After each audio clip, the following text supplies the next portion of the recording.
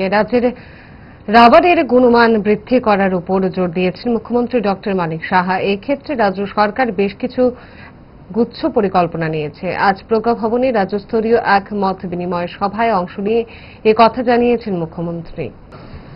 Loan নিয়েছি এবং 5 বছরে রাজ্যের রাবার চাষ যাতে আরো, কারণ এখন আমরা দেখছি যে রাবারের উপর ভিত্তি করে আমাদের কিন্তু সোশিও ইকোনমিক্যাল স্ট্যাটা বিশেষ করে জনজাতি গোষ্ঠীর মধ্যে অনেকটা বেড়েছে।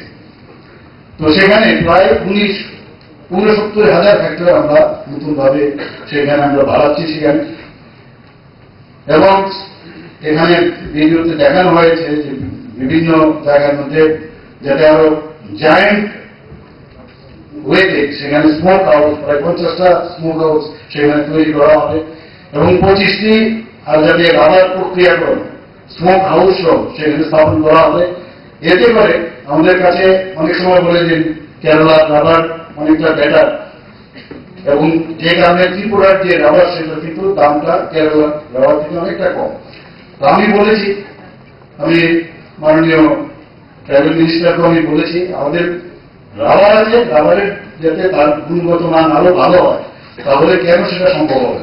তো সেই জন্য আমরা অনেকটা স্মোক হাউসের স্ট্যান্ডার্ডাইজেশন এবং তাদের শীতের যে মানে তার যে স্ট্যান্ডার্ড অনেক পাবে।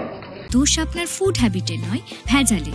সেই মায়ের আমল থেকেই তারা 5 দশক ধরে গ্যাস, অম্বল ও পেটের সমস্যার একমাত্র সমাধান গ্যাস নল।